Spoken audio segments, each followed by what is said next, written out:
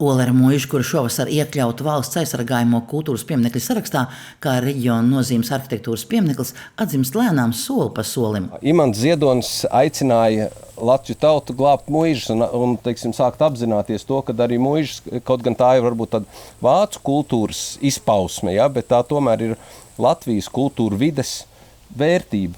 Un tad Imants Ziedonis toreiz aicināja glābt muižas, tas ir 1988. gads, un mēs arī tā kā atsaucāmies, un mums likās ļoti skaisti šī doma. Muižas atjaunošanas darbs nebūtu nav viegls. Saimniekiem smags pārbaudījums ir 2000. gada ugunsgrēks, kad jau iezogs domas vai iesākt to turpināt.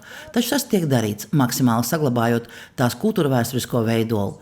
Gan atjaunojot muižu, gan veidojot tās kultūras dzīvi, lieta ir palīdzējusi sadarbība ar Valmieras biblioteku. Ar biblioteku mums ir izveidojusies, ja tīpaši ar Valmieras centrālo biblioteku, izveidojusies jau tāda ilgtermiņa sadarbība.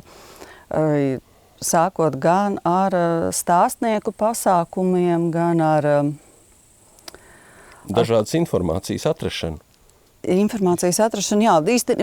Pirmām kārtām noteikti tas būtu par vēsturi saistībā, jo pieņemsim, restaurējot ēku, ir ļoti nozīmīgs jau kāds rakstītājs vai arī vizuālais materiāls. Un izmantojot biblioteku digitālos arhīvus, mums izdevās arī sazināties ar muižas pēctečiem un pēc tam savukārt iegūt arī labu fotomateriālu par vēsturiskiem notikumiem. Un, kaut vai pieņemsim tāds viens ļoti konkrēts piemērs no Krīdeneru dzimtes beigās mums atnāca tāda viena maza kaut vai piezīmīte, ka Olera muižā ir bijis ļoti daudz ceriņu. Mēs ieraudzījām, ka viens dzimtes zars ir aizceļojis uz Kanādu, ja, un tad jau tā pārliecība par to, ka tu vari tur griezties. Un tad, kad mēs griezāmies jau konkrēti pie šiem cilvēkiem, viņi bija ārkārtīgi atsaucīgi.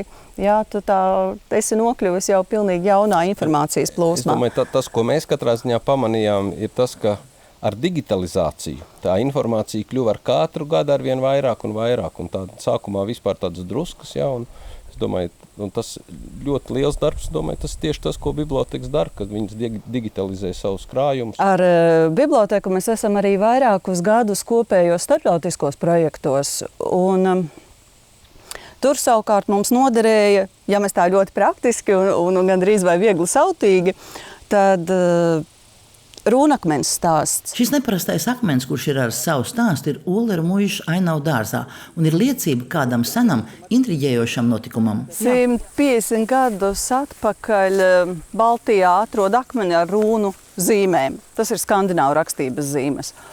Un uzsāk lielo pētniecisko darbu 6 gadu garumā. Tartu universitātes zinātnieki brauc šeit, fotogrāfē, atlej ģipsi, zīmē rakstus, izdot nelielu grāmatu par Oleru Rūnakmeni, sūta visus pētniecisko materiālu uz Norvēģiju, saņem atbildes. Var teikt, tā ļoti nopietni darbojas ar to. Viņiem tas ir interesanti, jo tas ir viss tālāk uz austrumiem atrastais akmens ar rūnu zīmēm. Bet, lai kā arī gribētos noticēt, ka šis akmens ir īsts, tomēr tajā rūnu raksts ir iekalts tikai 1868.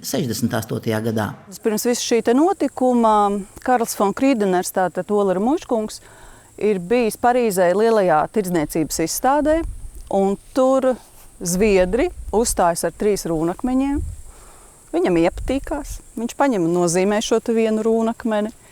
Pēc tam iedot vietējiem kalējiem, tas kā māk tā iekaļ. Un tāpēc ir tā viss tā nesaprašanās, jo it kā ir zīmes tās rūnu, bet it kā nav. Tāds lūk stāsts. Bet oriģinālais akmens, tas, no kura tika nozīmēts, daļa no tiem rakstiem, daudz maz, jā, atrodās Upsalas universitātes dārzā. Bet, lai atgādinātu šo seno stāstu, pirms 100 gadiem Olera muižā top šis akmens, un šis notikums muižas saimnieks atkal rosinājis izmantot bibliotekas resursus. Mēs griezāmies pie vidus Zviedrijas bibliotekām, un viņi mums atsūtīja ļoti labu materiālu.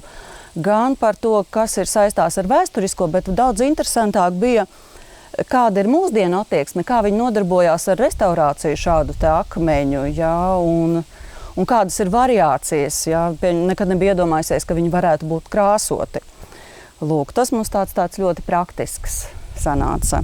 Arī bez šiem praktiskajiem aspektiem muižu saimnieki vērtē, ka bibliotēkas nozīme laikam ritot nemazinās, bet gluži otrādi. Grāmatas joprojām ir ļoti svarīgs izglītošanās un informācijas avots. Varbūt pat ne manā tiešajā darbā drīzāk tas ir tā kā izglītošanās. Jā. Tas, ko biblioteka pēdējos gados dara, ir veicina, vai es gribētu teikt, provocē sabiedrību uz diskusiju kultūras attīstību. Un tas ir, to nevar izdarīt skola, un man liekas, tur, kur ir tā zināšana bāze, mums būtu jāiemācās klausīties skaisti lektori, mums ir jāiemācās atkal no jauna uzdot jautājumus plašiem, paplašinātiem teikumiem. Un atļauties oponēt un uzturēt sarunu. Tas taču ir tik interesanti. Un man liekas, ka Valmieras biblioteka nedaudz cenšas to darīt. Jā, redzot vismaz tās lekcijas, kas notiek ar rakstniekiem, ar mūziķiem. Jā. Un es savukārt šī jautājumā esmu drusku varbūt konservatīvāks. Un, man noteikti liekas, ka ir labi, ka ir šādas grāmatu krātuves, un viņām vajadzētu būt kāda grāmatu krātuvēm.